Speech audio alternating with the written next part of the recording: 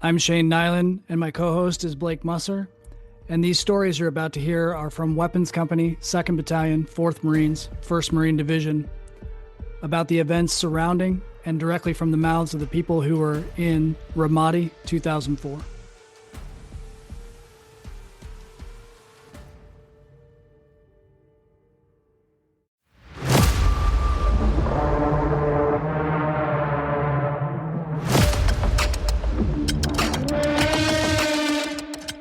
Josh, I was a PSC Lance Corporal on our 2004 deployment to Ramadi. I started with MAT 2, and then I got transferred over to 81's, Section 2. Sledgehammer. Yep. Yeah. So that's where I was. I was a tow gunner, I guess, if that's what we needed to also clarify.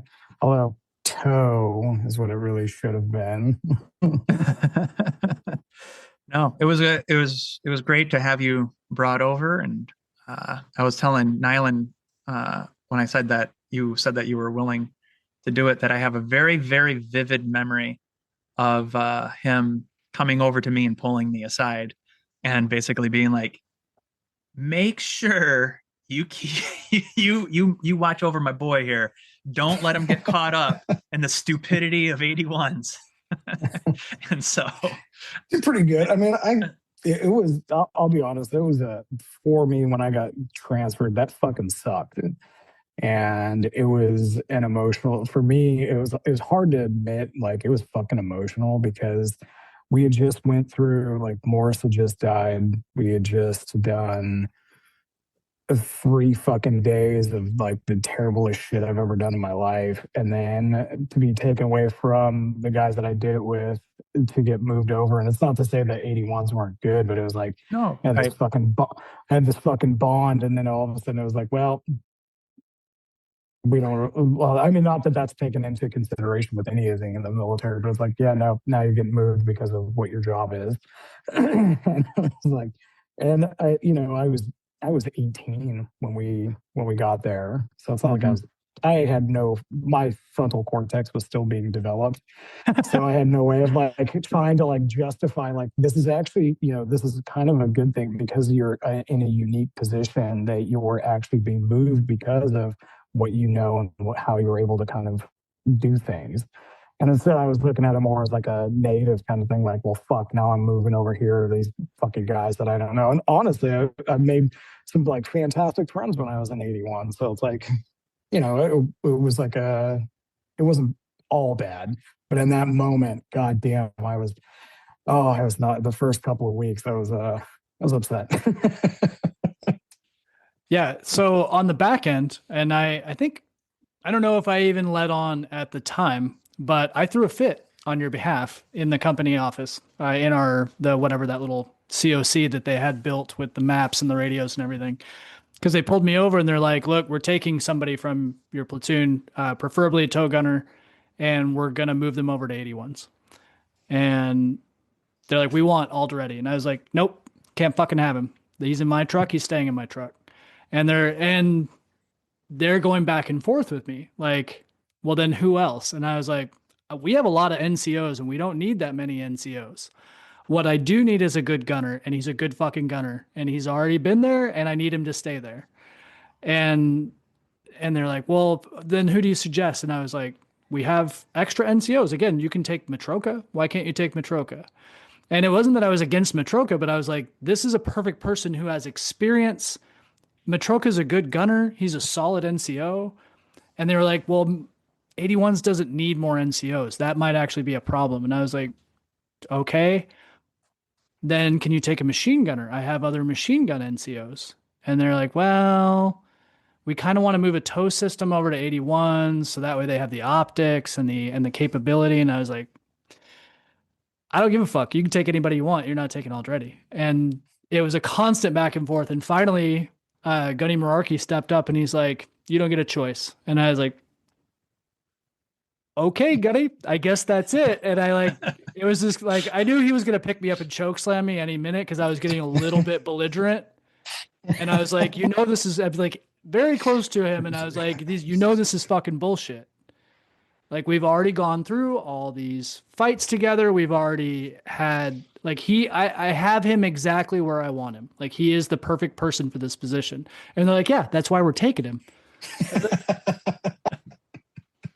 See, and that's where like I didn't know that, and No. that's the way I probably should have. Because I mean, if you look at like special forces too, like they don't take like with for your argument is they take it, you're a high level NCO because they want you if you're going to go somewhere they want you to be able to be like this. I have the authority to go with it. Like an NCO in that portion would have made sense because then they're going. He's a corporal, so he knows what he's doing. He's been around for a while. He can operate on his own. He doesn't need a lot of fucking instruction. And then instead you're like, nah, we're going to take this PS. We're going to take Lance Corporal at this time. 18-year-old Lance Corporal, and we're going to take him. We're going to move him over here. By the way, it's because we think you're good.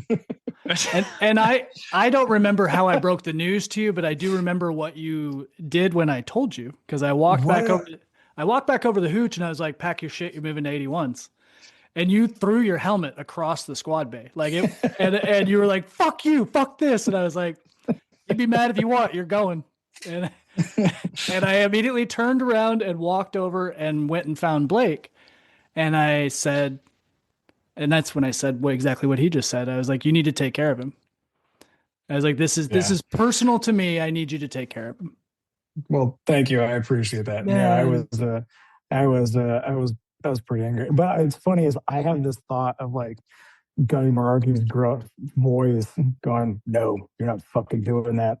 And then you go, yeah, okay. You know what? I'm going to listen to everything you say. Yep. Yeah. Yeah. That's funny.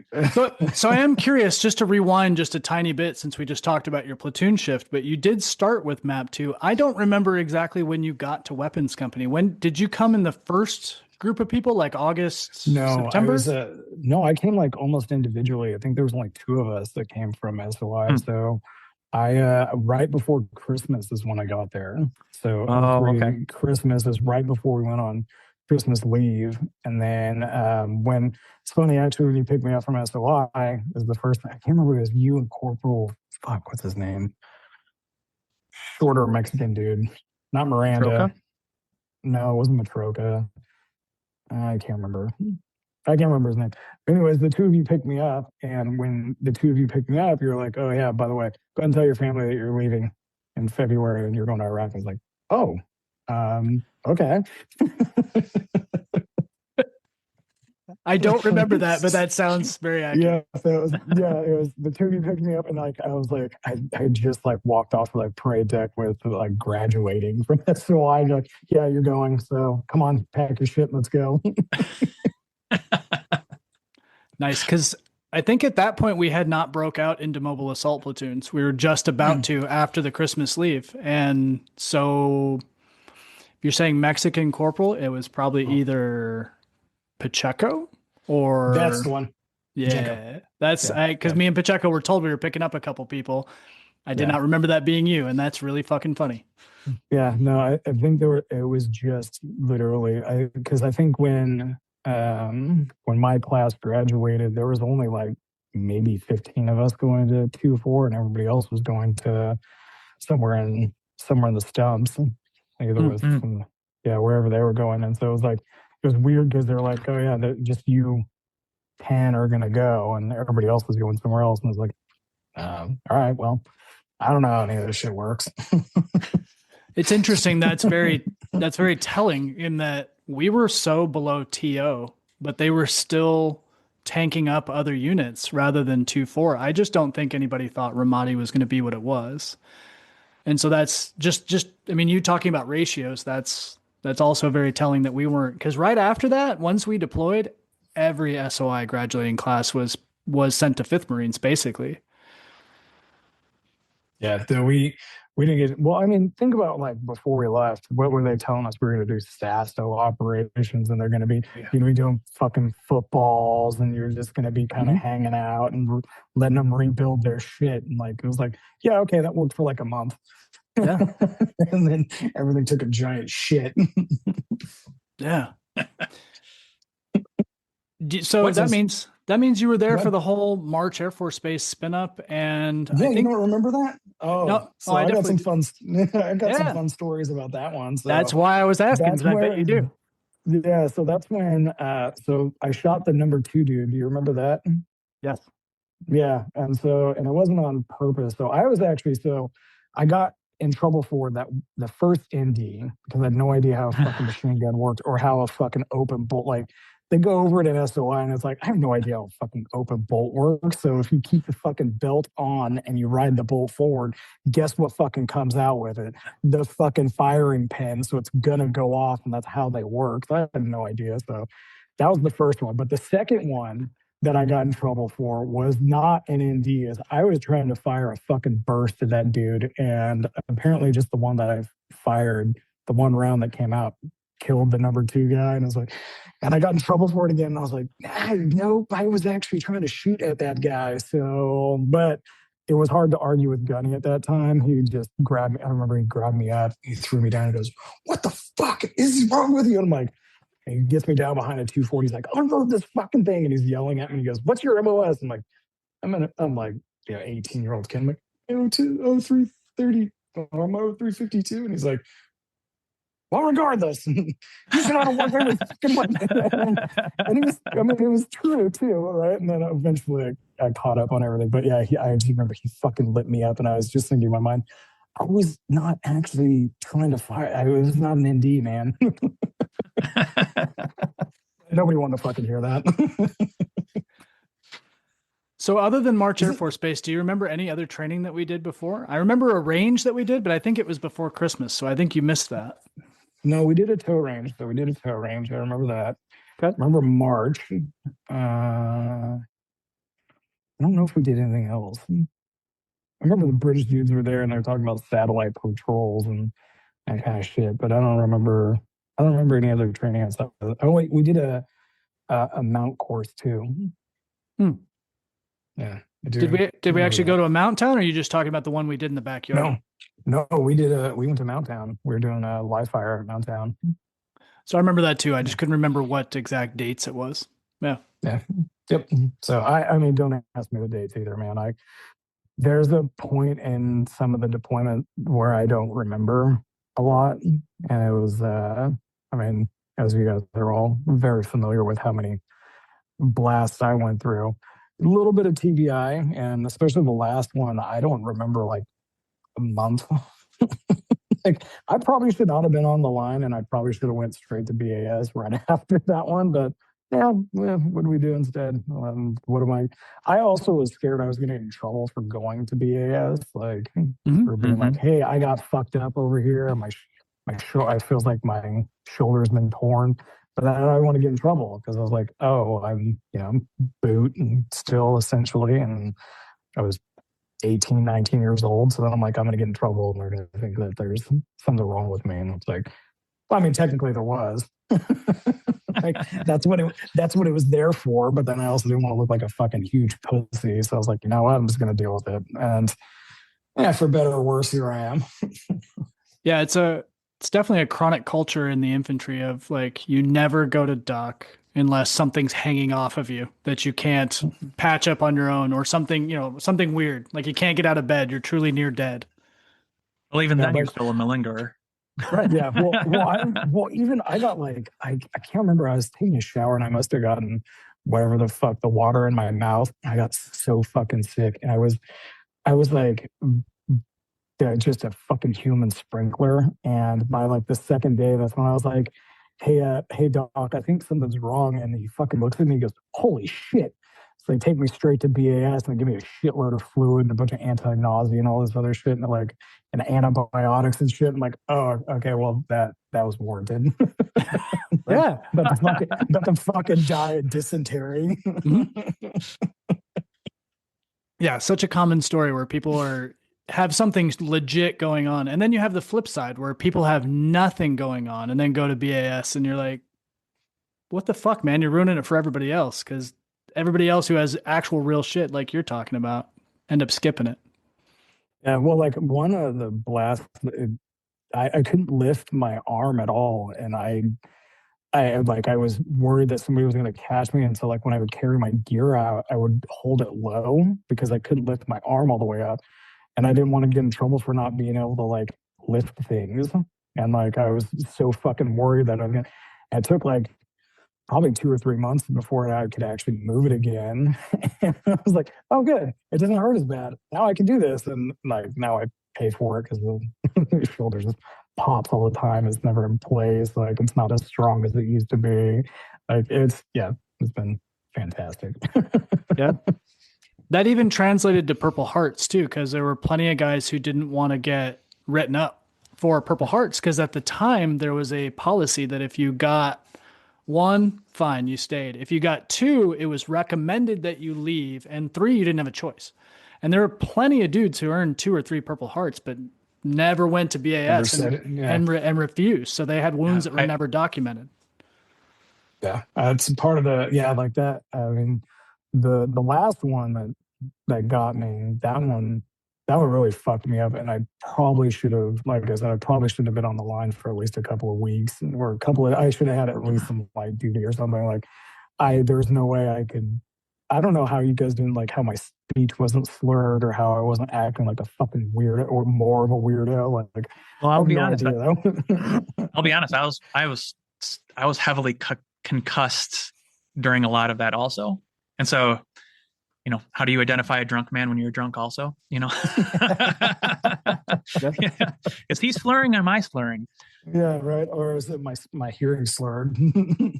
Which one are you talking about that was the big one? Do you remember enough? Or? Yeah, it was it was towards the end, and it was in the middle of the night. And it was it was the Jersey barrier that went off. Oh, do you remember that one? I do. Yeah. That was a big one. That one it knocked me unconscious, and so this is one of the good stories. Is it went off, and I just apparently went limp, and I think it was Wade was sitting in the VC spot, and he was sitting in the back, and he grabs my leg, he starts shaking me, and I fucking come to, and the first thing I tell him was like, "What are you doing touching my fucking leg, you fag?" He goes, "Oh, okay, yeah, he's good."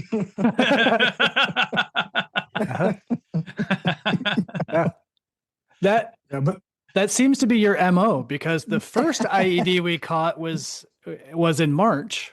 It was March 18th in the middle of the night. It was what was it, St. Patrick's Day. Well, it had just rolled over. Yeah, well, do you remember why? Because I said it's St. Patrick's Day and I can't die on St. Patrick's Day. Yes. Yeah, you fuckers tried to get me on my day, is what you said. Yes. Yep.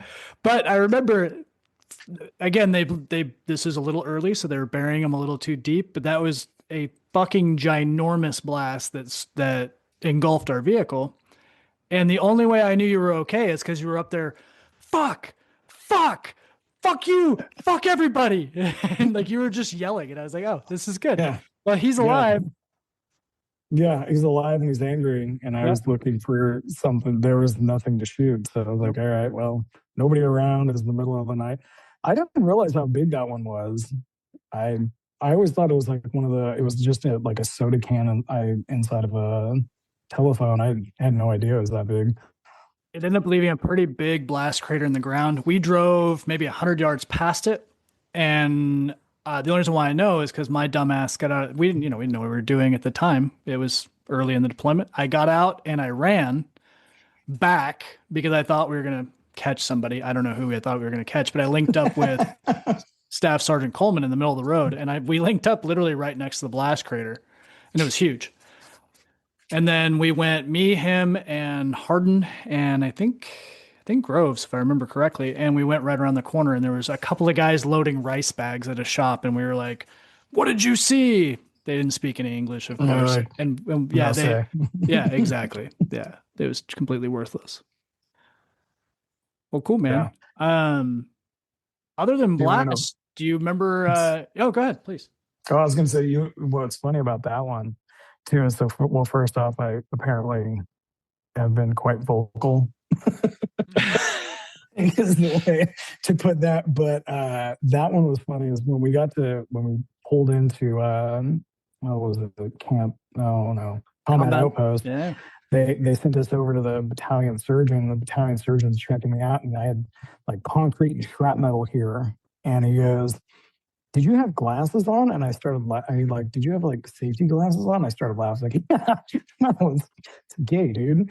And he goes, "Well, you were one lucky motherfucker because everything went around your eye, just like you were wearing safety glasses." And I was like, "Oh, well, I'm still not going to wear them." And then I eventually wear them. But yeah, it was pretty funny because I just looked at it, I was like, "Oh, no, I wasn't wearing any glasses. What's wrong with you?" I was wearing safety glasses, and it still peppered the fuck out of my face and blew the glasses off my face, so it didn't matter. Yeah, see? So it's a good thing I wasn't wearing any. It would have just got blown off my face. Yeah. Did we get those Oakleys before we went over or while we were over there? Like I forgot all until you said that about the safety glasses. All of a sudden, I remember that we got. So we did not like a have shipment of Oakleys or something. We got like the that, right? Oakleys mid-deployment. What we got issued prior was the Wiley X's, and the Wiley X's had the pop-out lenses, which everybody thought were super cool because you could have a clear lens for night and a smoked lens for daytime. For daytime, yeah. The downside of the pop-out lenses is when the fucking IEDs went off, the lenses popped out. I was gonna say they pop out. That's what happened. I was wearing those Wiley X's, and the fucking lenses went two different directions, and the frames were like right in front of me. So, yeah. All right. So you had a question. What was your question? No. It wasn't much. I was just gonna say, other than blasts, you what else do you remember from the early part of that deployment? So I remember we were just kind of. I was still under the impression that we were just going to be kind of hanging out, right? And I think it was in the beginning, we were just kind of driving around, figuring out what the fuck we were doing. I still remember was it the Army that was on the other side of the Euphrates? And we were still running split platoon. So we had some dismounts down on the river, and they started taking fire from the Army guys. And we rushed back, and it wasn't on. What was the route that went right along the Euphrates? Nova, yeah. Mm-hmm. We were fucking flying down Nova with blacked out and. Ransom's young, ludicrous speed, and we're driving like fast as shit. And it was like like some of them just to get there, and to find out it was like the Army is the one that was shooting at the dismounts because they just saw them in the grass, and they're like, "Man, well, we're going to shoot them when we get there," and they're like, "Yeah, don't shoot back." Yeah, that was the one where the Bradleys were shooting across, or the Strikers. Those were Strikers at that time. Were shooting across the river at our guys, and as we're pulling up, because Richie was in our section, he started throwing Mark 19 back their direction, and that was what made them stop firing. Was that the Mark 19 was hitting on the Striker armor? Yeah, and that was the only thing. Like later on, the after actions was that was why they knew to stop firing, and we knew to stop firing because they threw up a red star at that point. And it was like, well, we don't know who the fuck's firing at us. I just know it's loud. Yeah, loud and big. Not that it really matters when it's flying past you what fucking size it is. Right. No, in the beginning, it just seemed like it was kind of like, maybe there's gonna be an IED here or there. It's not gonna get like super, it's not going to turn into what it turned into. And then it did. Yeah. So I just remember that. I remember like a lot of like guard, like trying to figure out what the rotation was going to be, like what you're doing nights, you're doing days, your night guard, your day guard, all that kind of. That's all I kind of remember. And I remember getting that, like, I remember the area beautification too when we got there. Tell me about that. The delightful euphemistic term that the fucking military likes to put onto things, the area beautification, which means get the fuck out there and clear everything out and even we're going to paint rocks in the rain. So how about that? So the area beautification, I guess maybe you don't remember when we first got there, the hooches all had a bunch of like trees and shit in front of them, and they wanted to be able to park the trucks in front of the hooches. That way it was just quick for us to be able to get in and out. And so when we got there, there was like there's some giant fucking palm tree, and so we were trying to tear it out. Which is super easy whenever you take an axe to a palm tree because of the way they're designed. And then we were trying to like pull it out with a truck, and like I think eventually we got it out, but it was like it was one of those things where it was like, holy shit, palm trees suck. They've been there for so long for a reason. Yeah, that's why they thrive in the desert for a reason. Yeah. So yeah, I remember that's pretty much it. We just and then kind of I remember we also were like minimally armed.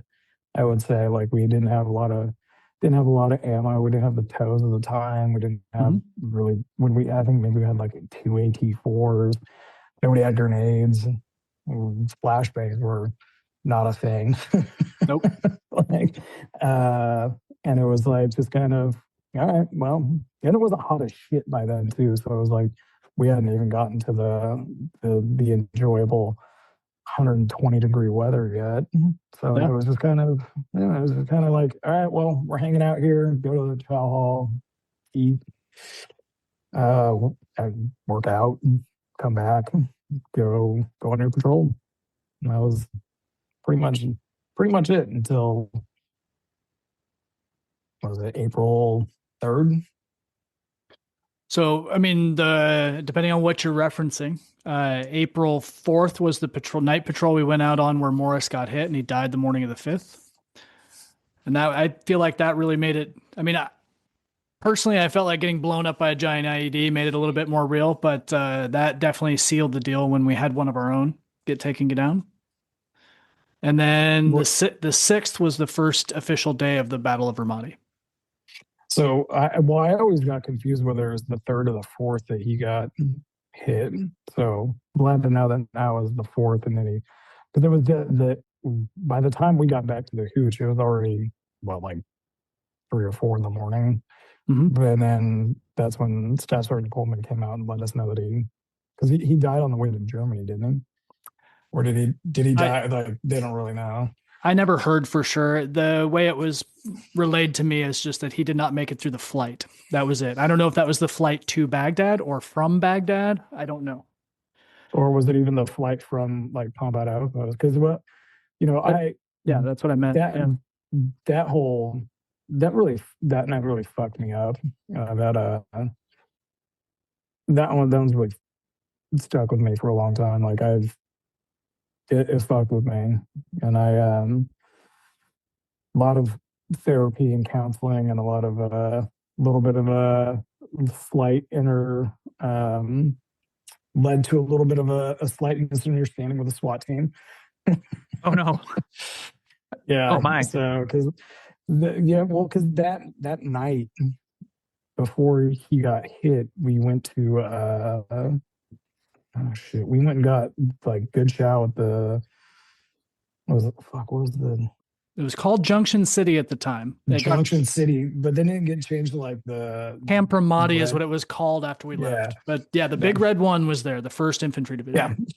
So I got an interesting story about that too. But that night we went there, and I remember I think he called Staff Sergeant Coleman, Sergeant or some shit like that, and we were all giving him a fucking hard time, and he was doing push-ups, and I kicked him when he was down. And, I didn't know at the time that was going to be pretty much the last time I'd ever talked to him. But he also, like, after we got hit, he was the first person to come up to me and ask me how I was doing, like, when we got back to the Combat Outpost. And I remember kind of being an asshole to him. And, him and Newmeyer, they were kind of weird, I guess would be the nice way of putting it. Like, they were unique. Right, they had like kind of their own little way of doing things, and they were kind of, but I've always felt guilty since then. Like, man, had no idea. And then, but I remember when we got to combat outpost, I think it was Rudy had his hand like inside of him. And I remember looking at him going, oh shit. Cause there was like, there was not a lot of him. And I think somebody was telling me like, basically it was like trying to massage his heart to keep him alive.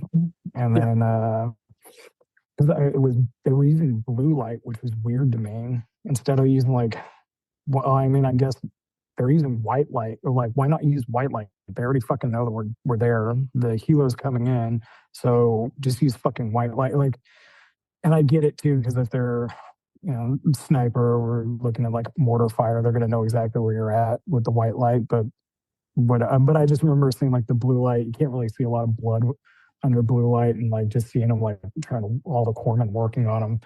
And I think at that point too, the surgeon might have even been there in the back of the Humvee when they were getting out to the LZ. But I remember that. Yeah, that fucked with me.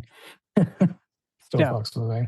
I did not remember that you went into the surgical suite with us, because it was me and Harden that went in for sure, and I knew other people went in, but I did not remember it was you. And yes, that was a sight that definitely sticks with you. He was very open. That's the easiest way to put it. That RPG did a lot of damage. It is. Yeah. Well, I mean, between the two of us being in medical field, I've seen plenty of trauma now, and it's like trauma's trauma. But fuck, man, when you see it, it's like fuck. Sometimes.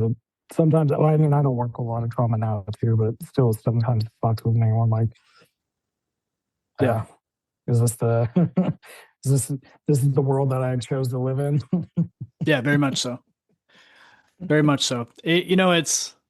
You were talking a little about feeling guilty later and a SWAT team. I'm curious what you meant with that. So, well, first, the interesting story that I had about the Big Red One there is, oh yeah, please. When I got out of the Marines, I went into the reserves, and one of the guys I went into the Army Reserve, or Army National Guard, but one of the guys I met, because the Army's all about fucking patches and all their fucking wards and shit. Like, it's annoying as fuck, but they all have like anybody that had combat experience, they'll wear one of the patches on. So I was talking about where I was at, and this guy goes, "You were a Marine?" I go, "Well, actually, there's two guys. One was he was a Bradley gunner that was at Junction City," and he goes, "Dude, you guys got fucked up." I'm like, "Yeah, no shit, I was there." I said, "Then I met another guy. He was with oh shit, who's the artillery battalion that was at I think they were at I don't know who 11. it was. Yeah. What was it? 311 or something like that. Yeah, something like that. Yeah, you're right. Yeah. And they would Good come memory. out, and they would every once in a while they would come out and they would support us too. And he was another one that was like, "Jesus fucking Christ, you were there." I was like, "You got him right in the middle of it, bro."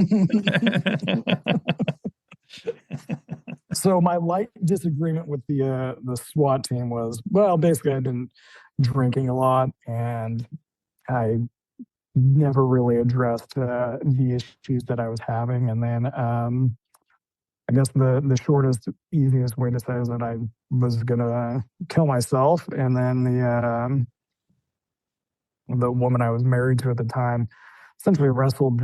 We got into this like wrestling match. She was able to get the gun out of my hand, and by that time we were in a hotel, and the hotel was like, "What the fuck is going on?" Police showed up, and then I still didn't want to be on this side of the ground, so then I took a bunch of pills and locked myself in a bathroom. And then after about an hour, when the pills didn't do shit, I was like, "Well, fuck." And then I came out, and like the SWAT, I guess part of it was because they heard about all the combat experience and shit. It was like, this is like Rambo shit too. I come out of the bathroom, and there's just fucking like, I think there was like 4 guns pointing at me, and I'm like, "Oh, we can put those down. I'm here now, guys. We're good." So you drew first blood. Yeah, there was none of that. No, I wasn't getting out of that. Which is probably better, because I mean, you know. Well, I'm glad you're here, man. I'm glad that it sounds, our conversation earlier is you got your sounds like you have your feet under you now. So very. I do now. Yeah, it was, but it was one of those things where like I think I was like almost like a heroin addict, where like kind of like trying to chase the dragon from what we were doing that first time. Like it's terrible. I'm sure you guys can relate to. Is like the adrenaline rush from like a firefight is nothing like you'll ever experience ever in your life again. And so then I was like, when I got out, and I probably should have stayed in, but then I went into like the reserves, and I was like, it's not the same, and you don't do the same, and you're still looking for that same kind of like rush that never really comes. And then when you get out, then they're like, all right, just be normal. I'm like, oh, right, yeah, okay, that's gonna be super easy. Let me just go back from all this terrible shit I did and just be fucking normal now. Yeah. So, and that was one of the things like I needed to accept, like you're not there anymore. And then like when we were talking about like the different perspectives that people had, it's like that's pretty much like cognitive behavioral therapy is basically you're going in and you're writing what you saw, and then you sit down and you're talking to a therapist, and they're like, well, like giving you a different perspective. Like one of the good ones was, we were giving Morris a hard time. Was that any different than what we would have done any other day? Right. No, it wasn't. And it was exactly what we would have done. And it's what we would have kept on doing even if he would have lived, right? If he wouldn't have got hit that night, we still would have been fucking with him. We still would have been giving him a hard time. We still would have been doing everything that we were. And it's like, well, and then look at it from other people's perspective too. Like, was that, what do you think he would have thought? And it's like, he would have just thought that we were just doing the same fucking thing that we've been doing. Like, so. Yeah. And that's kind of like, that's why when I was thinking about this, I was like, it's going to be interesting to talk about a lot of this stuff. So, yeah. Anyway, so yeah, that was my minor disagreement, a little disagreement with the SWAT team. So, well, as Blake said, I'm extremely glad you're here. I knew you had went through it. I had reached out a few times. I am very glad you're here now especially to tell these stories. Your feeling is shared by a lot of people, including myself, of Yeah, me too. I don't know what it was. I can't put my finger on it. There's about 7 different aspects of it that I was chasing after 2004, and it sounds like you were as well. You never felt as alive as you ever felt before. I never found people that I liked as much as I liked those people for whatever reason, even people who, we talk shit to each other, and you would, if you kicked me while I was doing push-ups, like I would still love you for it. Right. And I guarantee that's how Morris feels too. Your story with Morris reminds me of my story is the same with him the night that he died. He came to get me to play spades. We played spades a bunch, and he was my spades partner. It was like an annoying little brother is how I view. That's like a perfect, yeah, and but like in a sweet way. Like it wasn't exactly like he was like, yeah, he was just kind of like almost like mouth of babes kind of thing. Right. Yeah, he was a good dude. But he came to, I was in the smoke pit. I was talking to, I don't know, Groves or Richie or somebody who was smoking with me. And he came out to get me for cards. And I don't remember what the fuck I said to him, but I was like, I'm busy right now. Like almost shooing him away like an asshole. And he's like, "Oh, come on, Sergeant." And I was like, and I said something like, I'll be in there when I'm done fucking your mother or something like that. Like just straight up horrible shit. Well, it comes to find out his mom died on that same day. And he was like, "Oh shit." Yeah. And so he goes, "Oh, come on, Sergeant. You can't do that. Today's the day that my mom died." I was like, "Today's the day I can't talk about fucking your mother?" And like, I kept laying into him because that's what you do as a Marine infantryman. And I kept fucking with him. He's like, "Come on, man." And I did eventually play cards with him. And that was it. We played cards, and we went to Junction City, and then the rest is history. But I have thought about that too. Like the last thing I talked to him about is fucking his mother. Like his dead mother. His dead mother. Yeah. Yes. But it's it's a weird thing you don't know, right? And if he had lived through that RPG blast, we would be fucking with him right now. Like it wouldn't be any different, right? You still would, because that's the way it goes. Yeah, it was just, I mean, that was an interesting experience too. Like I remember when Staff Sergeant Coleman told us, and he came in. I remember like Newmeyer just fucking collapsed essentially, and he was like, I was standing right next to him, and I was like, and I don't do tears and emotions very well, and I was like, oh, man, you gotta fucking do something. I was like trying to like comfort him by putting my hand on his shoulder, but I felt super fucking awkward, and I'm like, and then I mean, obviously I'm experiencing my own grief too at the same time, where I'm like, well, he wasn't my best friend, but yeah, and then yeah, I remember that happening, and I'm going, oh shit, and that's when I remember we got some whiskey that night. Yep. We did, and well, and nobody was firing off of the guard post, so it worked out good that night. Yeah. Yeah, that was one of I think probably one of the more memorable, not so funny things. Which I mean, it's nice to hear too that it wasn't just me. All right, but, Not at all. Yeah. So yeah, I had no idea that his mom had died either. That's fucking terrible. And his poor dad. You remember when we came home? His dad wanted to go to dinner. Felt I couldn't fucking. I left early. I couldn't stay there. I was like, I gotta go. I think me and Cohen left early. I was like, I can't. I can't, man. I'm sorry. I'm not a fucking hero. A bunch of you guys went to that. I did not. I don't know what the hell I was doing, but I did not go to that. Yeah.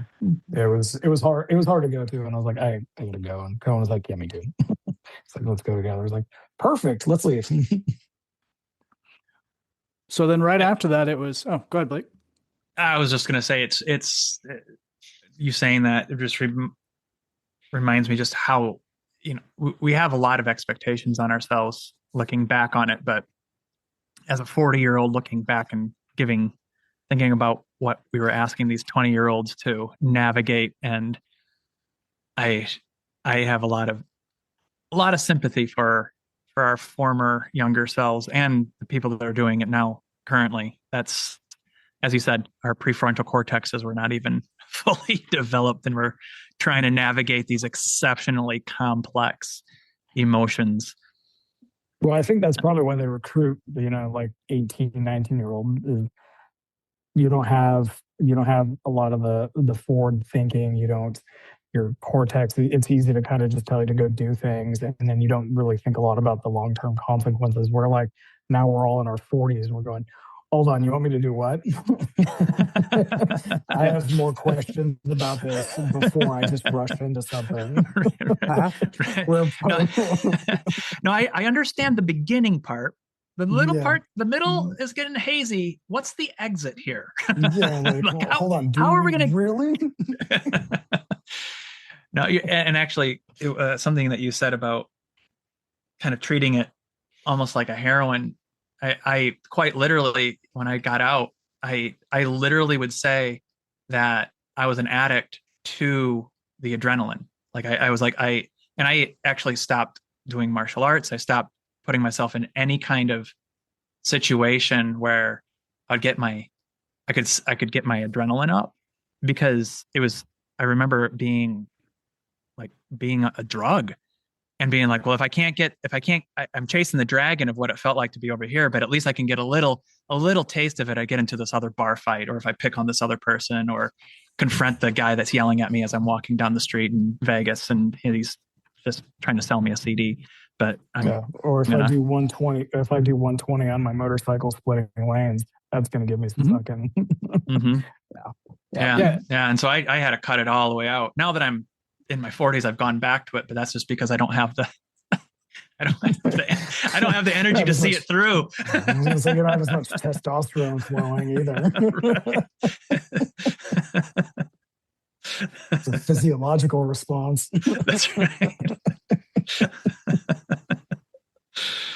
One thing that when you first hit me up is I was telling you the story where I can't remember what fucking general came in, but they did this whole big thing where they're like, we need to clean everything. It needs to look perfect. The barracks need to look good. The roads need to look great. And I was like, okay. And so like, here we are, like I probably just got fucking some firefight. We come back, we're like, all right, now you got to clean all this shit up. And it was kind of like, I'm sure both of you have either read or watched All Is Quiet on the Western Front, where you're doing this stupid shit and you're on the front and you're like, what the fuck am I doing this for? But they came in and they gave us like these really shitty socks and these fucking brown tidy whities.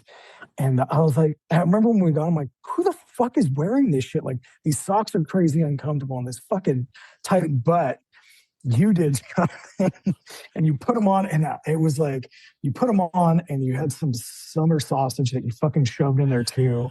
And I think it was Wade came over and kind of like moved your poncho, and you were like, you look like Stuart from Mad TV, and it was one of the funniest fucking things I've ever. And like, he kept on like trying to poke at you, and you kept on doing like this like Stuart thing where you're like pushing your leg against him. It was one of the funniest fucking things I've ever seen. And I was like perfect too, because you have these stupid tidy whities on, this giant fucking sausage thing, and like it was fantastic. Like those are the only good things that those socks and underwear ever did for us.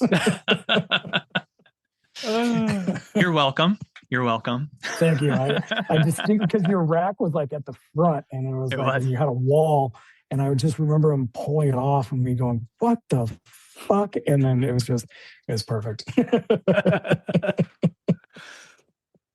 I tried to make it as awkward as possible. I found that to be you succeeded, sir. Yeah, thank you. Yeah, I'm really good at it.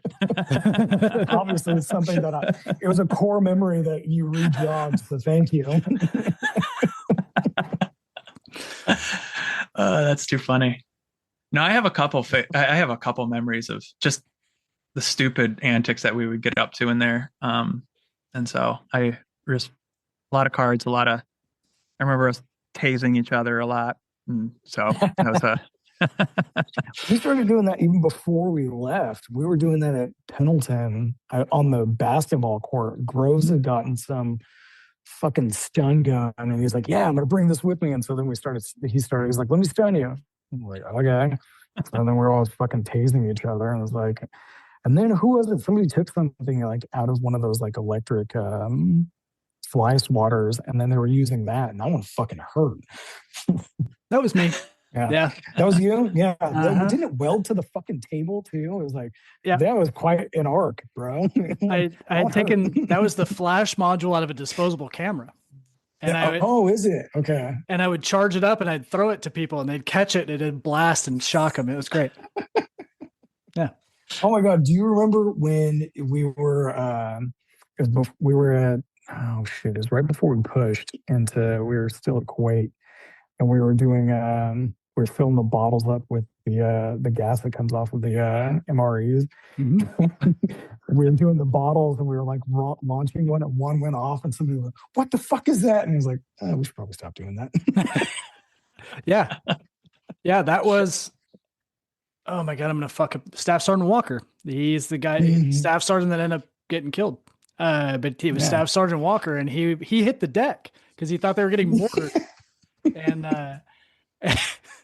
And he was like, "What the hell are you doing?" We're like, "We're making waters out of water bottles with MRE heaters." Fucking quit it. Okay.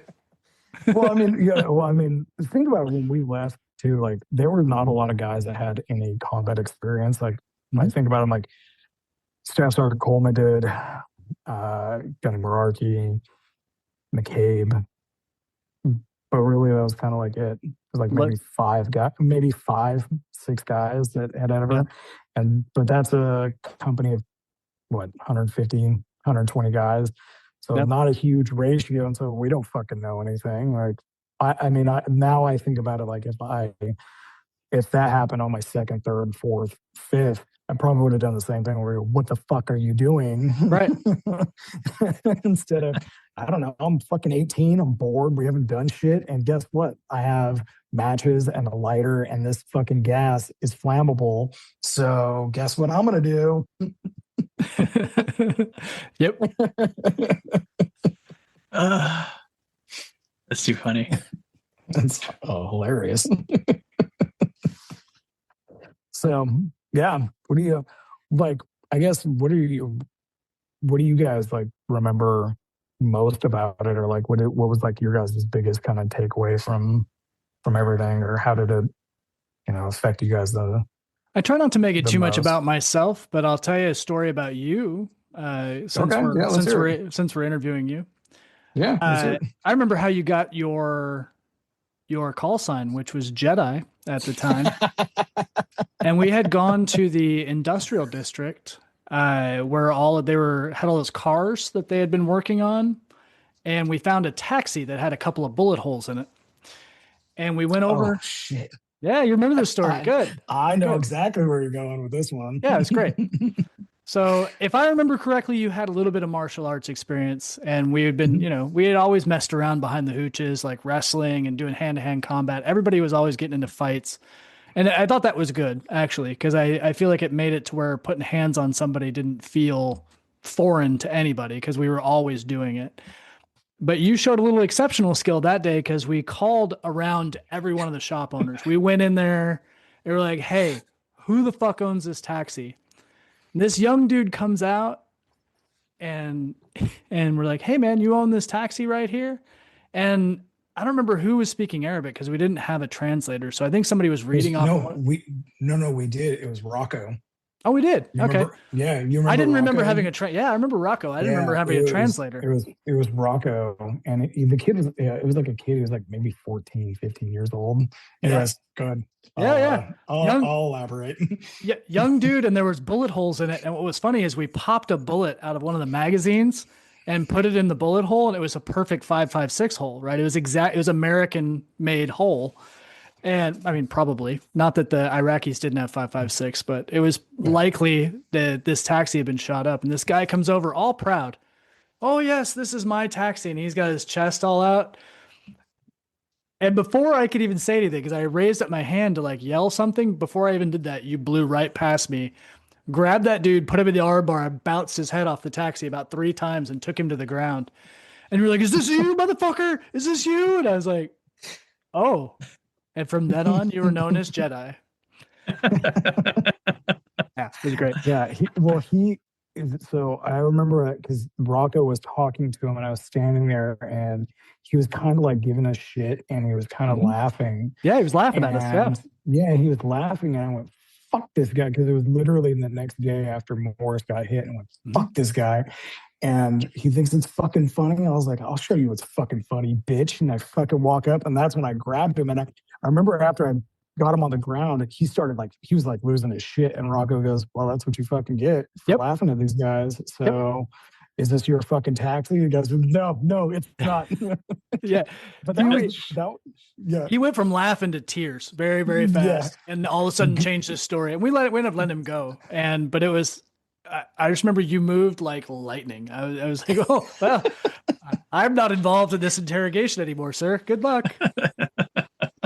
Well, the other thing I remember about that too is I remember it was still in the beginning when we had just gotten there. Like, you remember when we first pushed in, the army guys and the advanced party, like they wouldn't go into the market. Like they just drove straight down fucking Michigan and they went straight to where they needed to. And so they weren't used to seeing a lot of Americans in the market. And I remember they were watching us, like pretty much the whole market was watching us. And then I fucking did that. And I felt like everybody went like, oh shit, we should not be watching this. We're going to leave. Yeah. It got real quiet and we kept going shop to shop, asking some questions, but yeah. Yeah. I remember that one too. And it kind of makes me laugh. And then I kind of like, I feel bad sometimes. Oh, I don't feel that bad, but like think about like a kid was probably a little bit younger than I was. And I probably would have done the same thing if I would have been. So, but I also would have paid the price. 100% would have done the same thing if I was in his shoes. And I'd have got my face bounced off the taxi too. Yeah. Well, it was interesting too, because I think that was on the 5th. And so it was right before we got into the 6th. And so like, I was thinking, well, like, was that kind of like a catalyst? But there's no way, because they had to have been, what happened between that was fucking planned out. So it wasn't just one guy going, oh yeah, we're angry because that was more than just Ramadi too. I mean, like, it was way more than Ramadi. Yeah, Fallujah popped off at the same time. Yeah. Well, I feel like we kind of got screwed with Ramadi because everybody was talking about Fallujah. I was like, well, hey, assholes, they're all basically training where in Ramadi, and then they're trucking down into Fallujah, but Fallujah is getting all this press, and then here we are as one Marine battalion in a city that's 3, 4, 5 times bigger than Fallujah ever will be, and yet here we are trying.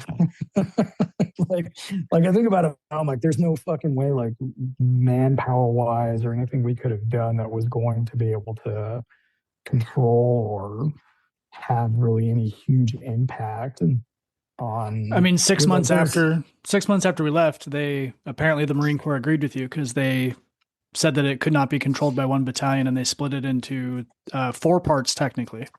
There was 3 Marine battalions, and then the Army carved out a piece. Yeah, like, I mean, well, if you think about it too, like just manpower wise and how big it is, like you can't watch everything, and it's not we're not a fucking police force. We're there to fuck people up. That's what we were supposed to do, not police these fucking people. Mm-hmm. So, but yeah, I just remember that, and then it's weird too, because like you don't know. I at least for me, since I was especially just a PFC lance corporal, like I wasn't getting fucking told anything about any of the other shit that's going on, and so then it's like all I know is just this world. Right? No idea what the fuck else is going on, or what the big picture is, or what the fuck we were supposed to be doing. It was just, all right, well, we get ready because they're getting fucked up out there, and yes, you're on nights, but guess where you're going to be going out. I mean, with you being on the back of the truck the entire time, being a tow gunner and everything, what as the deployment progressed, what do you remember of like having any understanding of what was happening, or was it quite literally as like I have no idea what's going on, it's just day to day? A lot of it was day to day. I don't know if we really talked about like what the overall plan was. It was just like hey, we're going to go out and we're going to do whatever sweep or whatever. We're going to be in a blocking position while the line companies are going through this section or whatever. I don't know if I really got told that, but what I fucking hated was that because I was the only tow gunner, I was stuck in the fucking turret the whole fucking time. And like nobody ever was like, hey, how do you learn how to use this shit? Like, so that way I could at least get down, not always be in the motherfucking turret. But there I was, and but no, I didn't really know a lot of what we would be doing. It'd be like, oh, or if we were going on a raid, it'd be like, well, you get the raid brief, but it was like, why are we going on this raid? I don't know, because it's important. And then we'd go on a raid, and it was usually an empty house or a family sleeping because the neighbor was pissed and wanted them out or something like that. But yeah, never really knew what we were doing. Do you feel like, especially going over to the 81s, the way to deploy 81s and the mechanism of that in the battlefield is so tactically different? And then obviously we weren't even doing that when we were over there. But my question is, do you think since you were being brought over and we didn't have an officer, and so even from that strategic level of implementing the tow gun, implementing you as a thing, do you think you were used appropriately? I mean, probably. What was it? Staff Sergeant Cook, right? Was our platoon commander leader? Yeah. And he, I mean, he was nice, and he didn't like treat me like shit or anything like that. But yeah, I think so, probably. I mean, because who's going to take over the tow? Like, you guys are going to be like asking me to set up an 81. Like, I probably could, but would it be quick? No. Would I be able to shoot it accurately? Probably not. I mean, I can drop something down the tube, no problem, but the math and the trigonometry and the FDC, like, I don't fucking know shit about that. Just like if I was to ask you, hey, hop up in this thing and get it cycled for me and bore sight it and make sure that the batteries are changed out and that it's ready to go. You've been like, fuck you talking about? So well, and in that context, yeah. Yeah, I should have said it better. What my to say it a little bit better is the toe sight is a massively powerful tool on the battlefield Yeah. for what we were trying to do. And I remember, and I wish I could remember it well better to be able to recount the story, but it would have been early on where you had to say a couple times of like, hey, I'm not in the right spot. Like I can see way further than what you guys like. Don't put me on the corner here. Put I need to be back so I can see. I can see more than a click, guys. And that's what I meant by that switch of like understanding tactically how to deploy something and understanding the capabilities of it. That if you don't really understand it, you don't utilize. You use it as a hammer instead of the chisel that it's supposed to be, type thing. Well, it worked out pretty good in the beginning because Staff Sergeant Cook was riding in that truck, and so I was able to kind of like be like do the more aggressive thing. We're like, no, this is not a good spot. I need you to move me. And then he started kind of picking up on it too, where he's like, hey, does this work or do we need to move? I'm like, no, we need to move, or no, this is fine, or whatever happens to be. But then I also had Shaky Jake as a driver, and he was a yeah. He was not a super confident dude, and if the bullets ever started flying, he got even less confident. So, and he would be a little bit of a pain in the ass too, where I'd be like, hey man, I need you to move this. He'd be like, no, I'm not moving. I'm like, move the fucking truck so I can see. And he'd be like, okay, well I'm gonna do it, but I don't think we're supposed to be here. I'm like, I don't give a shit. If you like what you've heard, this is a multi-part episode. Make sure you listen to the rest of the story.